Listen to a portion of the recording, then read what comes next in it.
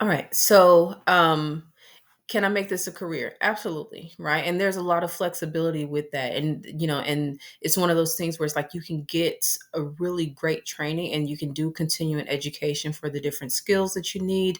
And it's like that for one, it doesn't require, a long degree, and so this is a great career choice for women, for Muslim women, especially women that aren't necessarily like interested in like in going to college. I personally did a degree first, and I have a bachelor's in biology, which sometimes I find that that's useful to my work as a doula, but it's absolutely like not required, right? And so it's one of those things where it's like.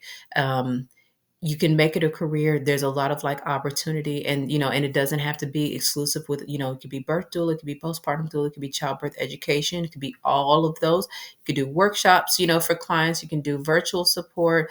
You can do like boot camps, for expecting parents.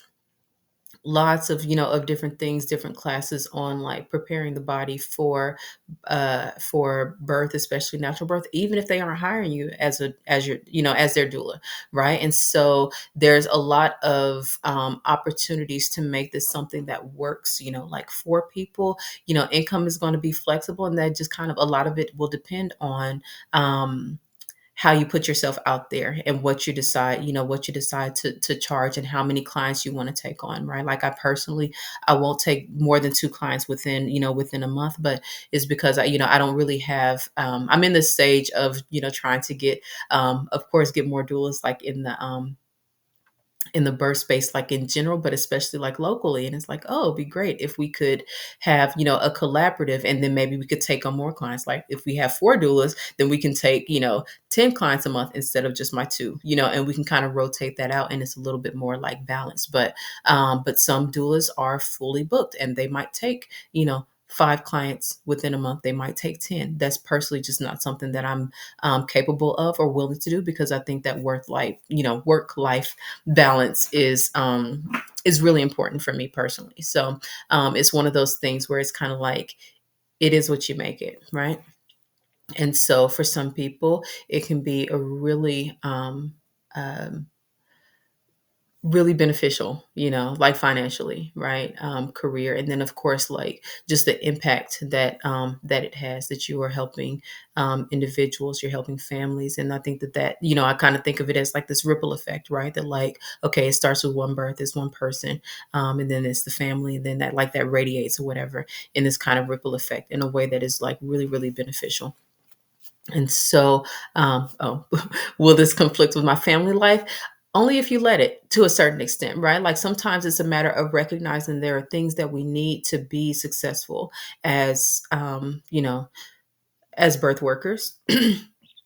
And sometimes there's support that we might need that we don't necessarily have, like right away. And so it's a matter of like, okay, if you have other children, if you get called to a birth, then who's taking care of your children, right? Is this a way that like you're always going at birth, and then you're tired the next day, or not really functional and can't really show up, like for your family? It's like, are you contributing to your own like burnout? And so it's a matter of like, what are the limitations that we place, because you have a lot of range, especially when you're independent. It's like, what are the limitations that you place for yourself so that you can have a better like balance? What are the boundaries that you set for yourself so that you can have like a better balance? And so it's kind of like, you set those rules for yourself, in regards to what this needs to look like for you. And so the being a birth doula is something that does require you to be, on call, right? Like it doesn't, babies don't care about our schedules or our sleep habits and whatever. And a lot of babies want to start action at like 2 a.m. It's like, how are you going to respond? How's your spouse going to respond? How's your family going to respond? Right? Like if you get called to a birth at that time of the hour, and do you have the support that you need? So those are the things that are really like critical in regards to figuring out if being a birth doula is right for you. And this is also why I wanted to kind of have this and have it that we're exploring all the birth related fields, because it's like maybe right now, especially if we have like small babies and stuff, like maybe being a birth doula isn't the best choice right now. Maybe being in postpartum care is, because postpartum, you can say, I only work Monday through Friday and I'll do like 4 hours at a time on this day and that day or whatever. Like you set those limits. Postpartum care, you can schedule that out, right? Like, figure out what's a time that's reasonable for you and mom to meet, or, what time the family needs you to be there. And it's like, and those can be hours that really work around even like a full-time job in some other like field, right? So it's easier to kind of like schedule those out, where it's like you don't have that aspect of flexibility whenever it comes to being a birth doula, especially if you're independent and don't have backups, right? Like most people can't just leave their job, right? It's like, okay, you have a regular full-time job. Not a lot of people will have the opportunity to just like leave their job just because they get called to a birth, right? And so it's a matter of what are the other factors that are going on in your life that might impact your success in this field or not. So or sometimes people think they want to be a birth doula, right? And they have all this enthusiasm for birth, and they have the support that they need. They have like all the training that they need, and then they go to a birth, and then it's kind of like, this is not my jam, and that's okay, because there's a lot of sights, there's a lot of sounds, there's a lot of smells, there's all these different things, the hospital environment, right? All these different things that can personally be uncomfortable for us, or if birth gets like difficult, that can be traumatizing to some people. So it's like, it might be that like the maybe that aspect of it is not is not for you, but maybe because of that fascination with birth, maybe you would do well as like a childbirth educator and not necessarily like a birth doula, right? So this is a matter of like just taking these moments to reflect on like, what am I most interested in? What am I skilled at? What am I passionate about? What are my barriers to success, like in this? And then also, what am I bringing to this field that will give me an advantage in this field one way or another, right? So it's kind of thinking about like all those things and how that shows up for us to kind of like, where we paint our own picture in regards to what this looks like. And so it doesn't have to be for young women only. I am not young. Yeah, and I didn't start young. And so, and I've seen some women who are older than I am, and they're still, like, and they're doulas and they're thriving, and, and it works very well for them. Some transition out to, into being like trainers.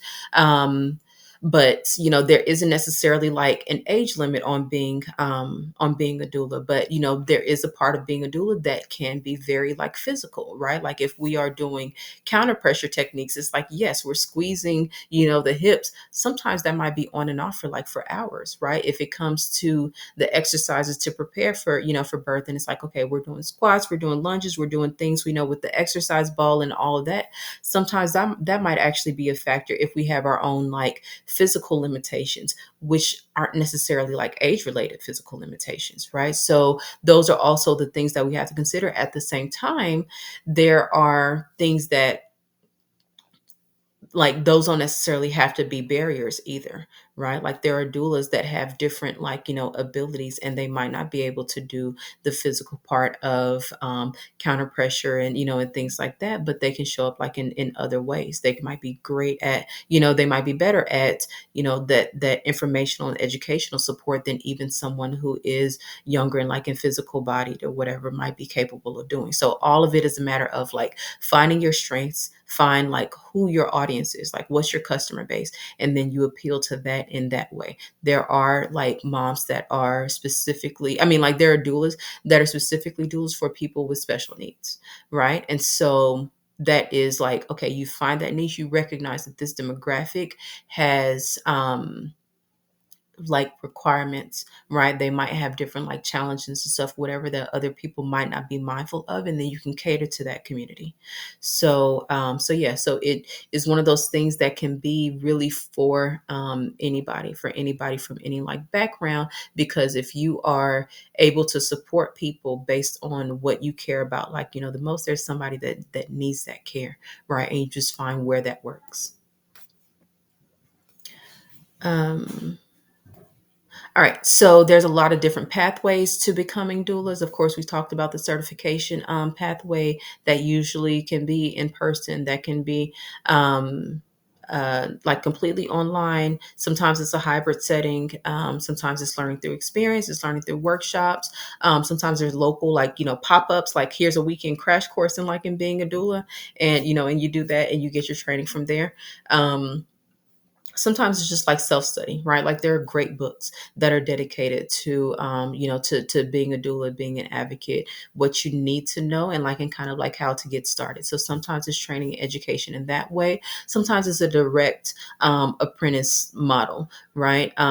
Where you are kind of taken under the wing of an experience and like in trained doula. They're teaching you everything that you need to know, like start to finish. And so there's a lot of different ways that that can happen. Sometimes there's additional like and specialized training for different things, right? And so um Okay. Yeah, I lost my thought. Okay. Yeah, so there can be like specialized training or whatever, like as like postpartum care, for example, newborn care, or baby wearing, or different like workshops and those kind of things, where it's like they will give you like additional training, that all of this kind of like just rounds out what it is to be a doula. So it's like you'll be continually learning, continually like growing, making other networks and connections and all these like different things, right? And so part of that is also like being resourceful. So it's kind of like if something like a mom is having severe nausea, the medication's not working, she can't eat or whatever, then it's like, hey, acupuncture might be something that's great for this. Like, here's a good acupuncturist, right? So sometimes it's having those referrals and building out like those networks. So that your clients are having like their needs met. So I started my own training program, and essentially that is because, like, even though I trained with an organization, like from the very beginning, it was kind of like, oh, this is great, but we need something that is like Islamically centered, right? And it isn't anything against the training program. It's really comprehensive. It's just one of those things that, like, once you get more exposure to birth work, then you start to see like where the gaps are. And again, with different experiences, with doulas, with doula training, like organizations and all these things or whatever, a lot of times Muslims are just left out of that conversation, right? Like, these aren't typically like faith-led, organizations. And it's like, and birth is one of those experiences that will like, that can really be an opportunity to like to deepen your faith in every single capacity, even on the outside of it, right? Like every time you attend a birth, you get that kind of like, revitalized experience, and like in that reminder of like the power of Allah, right? And so I think in that way it can be a very like spiritual experience. And so I created this course because I wanted to be able to train more like Muslim doulas. Like, we really need more Muslim doulas. Like, just within the past year, there have been several people that I had to take, to turn down, just as because I just don't have the capacity to be a doula for them, because I'm at a limit of, 2 births a month, and I stretch them out like no closer than 3 weeks apart. So again, personal preference, not all doulas do this, but it's kind of like I can't, risk stretching myself thin, and other aspects of my life be out of balance. I also can't risk not showing up for a client that is depending on me like as well. And so because of that, I keep a very, light load. And with that, I'm like, we need more doulas like in this space. And not only like for that reason, but also because I'm an American girl, I'm a convert to Islam. And I'm limited by language, right? There's a whole world of people that do not speak my language that really need access to quality care. And the barrier of being able to communicate is a limitation on that. And I have to recognize that. So even though I have the experience of like, yes, I'm a Muslim woman. Yes, I wear hijab, like and like I'm identifiably Muslim, right? And that comes like with its own things. It's like, yes, I'm a Black woman, African American descent. So it's like it has like all those things at the same time. It's like that within itself has different it has its own like limitations and things that even I might not be mindful of. It's like, because yes, I'm a Muslim woman, and I'm a convert. I wasn't raised with Islam. I was raised here. I'm not from, like I'm not an immigrant. I don't speak another language. And so these are also things that might be shared experiences for people in a way that makes it easier than for them to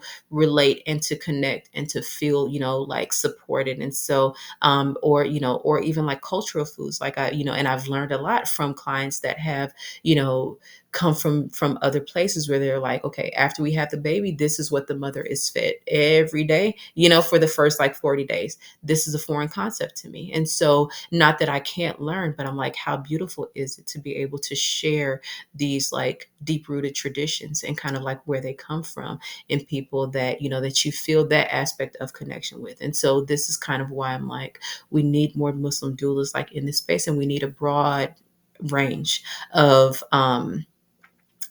Muslims who can kind of like show up with their whole selves. And so I started this course really just kind of born out of that. I wanted an Islamically centered doula program that is also full spectrum, and that we can talk about, pregnancy and birth and postpartum and birth equity, in a way that it matters, right? In a way that we can show up for people all across the board. So this is a hybrid course. There are live sessions. There's also like pre-recorded sessions and like in videos and like in written reading material. And resource guides and all of that to kind of like help to build out what this looks like. It also includes mentorship, because a lot of us, it's like, yeah, we get the certification, we get the training, and then it's like, and then you're on your own, and then there's panic of like, how do I get clients, how do I build out this business, right? How do I make myself marketable, to my community? And so there's that aspect of like, you're going to get through this training, you're going to get all the skills like that you need, and I'm going to hold your hand so that you can be, a thriving doula in your community. Of course, if it's local in Austin, then like, then we can connect and we can work together, maybe being backups for each other or whatever is necessary. But this is open to people all across the world, because the trainings are all completely like virtual.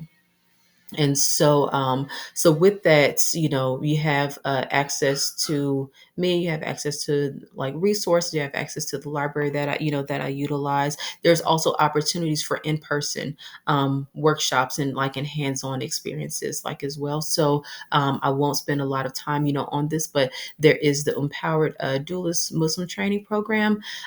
It's a new initiative. I don't have any other affiliations, and that is something that I've been asked a lot recently. I do not have any other affiliations and organizations that are affiliated like with this program. I did my own training with Common Sense Childbirth Institute a couple of years back, which is an amazing program. It's just like, and so this isn't to say that it's not, but it's just to be that to have something that is Islamically centered, because it weaves in ways that we don't realize it, right? Like it weaves into every aspect of the pregnancy and birth and postpartum process, whether you're the person that are experiencing that like directly, whether you're the partner of that, whether you're a support person for that, then it kind of like our faith, our deen, our resilience, it matters a lot. And that is kind of like how it shows up. And so I wanted this program to be reasonable. I want it to be like affordable. I want it to be that it's not too long and we can get the information that we need very quickly and start off, onto the journey of being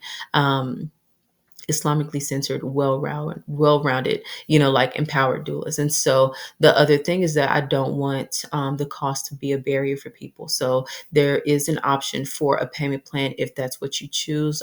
The first cohort actually just started this past Sunday, the July 27th, and the first session is recorded. So if you want to join,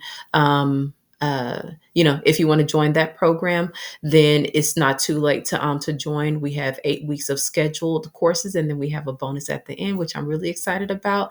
But that will be, an optional like optional week 9 for this program. But yeah, so it is one of those things where it's a new initiative. I'm excited. I wanted it to be able to, not only to bring more Muslim doulas to the space, but for us to also be able to um, support people no matter how they birth, right? Some training programs are kind of like, this is great if you are only supporting clients who will do midwives and like in birth centers and never have like an epidural, never have a cesarean or whatever. Like this training will get you the skills that you know to be able to support a completely natural, normal, natural physiological birth, but also one that is a medically supported birth, right? A surgically supported birth. And so we'll have the kind of the broad range of what that is and what it means. And so for joining this little workshop,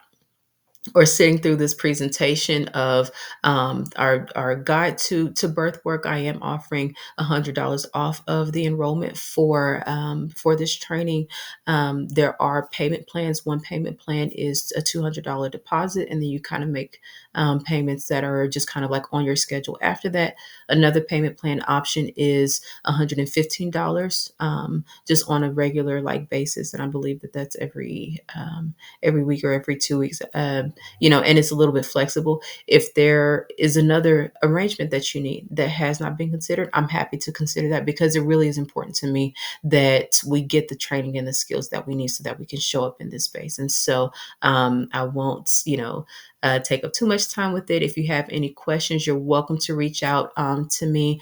I know if this were a live session, then we would be sitting and doing our open, like Q&A. Because it's not, you can go ahead and email me any questions that you have. I am on Instagram. We can chat there. I am on Facebook and Messenger, and we can chat there as well. So however you need to reach out to me, you're more than welcome to. And so I just want to say salam alaikum. Thank you so much for your time. Jazakallah khair. May Allah bless you in this journey. I hope that you find somewhere within birth work that is right for you. And we'll be in touch, inshallah. Take care. Salam alaikum.